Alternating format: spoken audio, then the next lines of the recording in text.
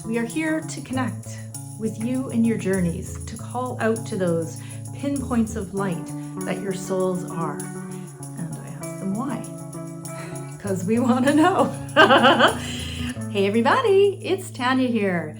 If you haven't been to my channel before, I am an artist and I work with high vibrational energy and spirit to co-create incredible paintings filled with light codes, light language, glyphs, and energy to help you on your spiritual awakening.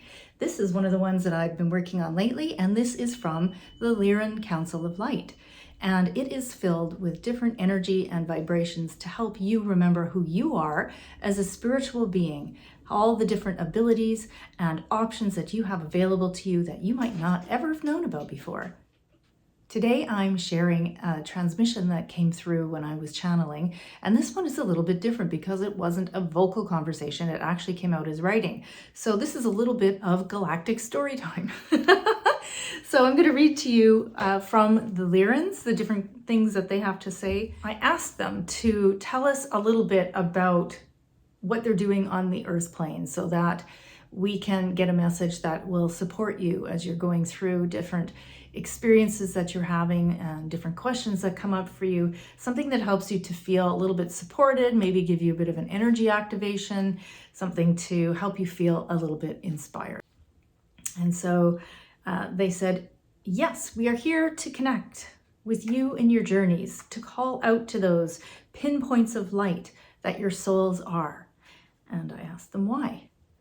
Because we want to know.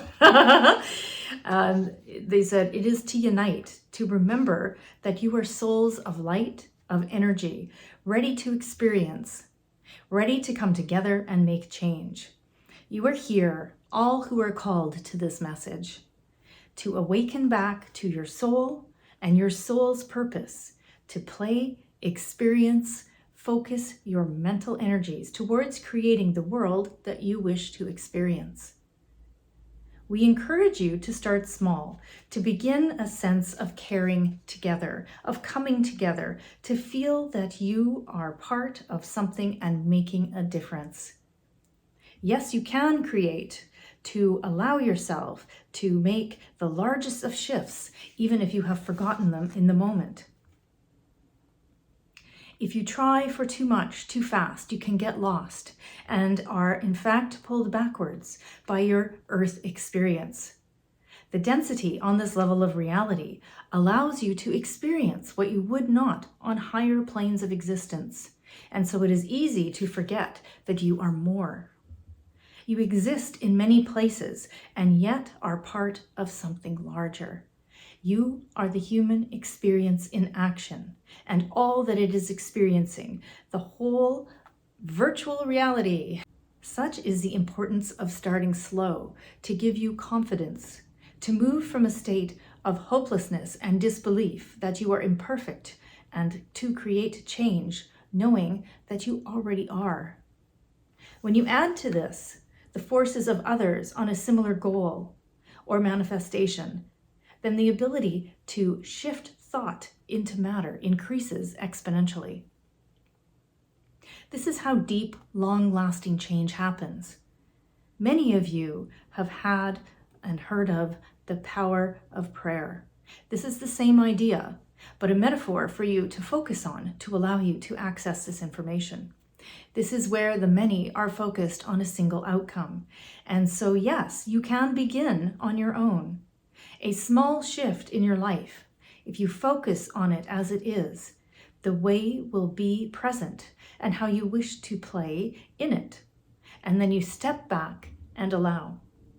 When you see the change and live it, then you know you have contributed to it. Keep at this and then it becomes second nature. Then you will find opportunities to connect with others that are doing the same. You begin to work together, and as you do, more and more change comes forward. Know that it does not have to be in a specific way, simply that you are focused on the same outcome. Again, we remind you to start small. Find your commonality and play with ideas. The joy and fun and curiosity are what shift your energy bodies into a state of vibration more in alignment with what you are focusing on. This is why it may be easier to see results when you are having fun and enjoying, rather than being so rigid and serious. The part to keep in mind is the playful aspect. That is a large part of who you are and why you are tapping back in to the recollection. So I said, that's a lot. Thank you for that. But can you guys speak to why the Lyrans are here? Why are you letting yourselves be known at this time? And their response was, we are here as part of a collective of guardians. Many races coming together to see many things taking place, as well as to help the humans shift their consciousness. Many, many layers of beings, of energies, of structures are happening now. Our part as guides and letting those of Lyran starseeds recall who they are outside of the Earth experience, to see how they have endured and what their contributions have been. Like other guardians, we work with all, not only those who are similar or from our energies. We are part of a collective, helping to care and shepherd as you move through your own experiences, plus the groups and global energies as one. And I wanted to know, do you have a specific focus? Are you, for instance, the Pleiadians often connect with me and talk about how many of those who are Pleiadian related see themselves as warriors, as those who are here to make change and are really pulled towards that. And the Lyran said, yes and no.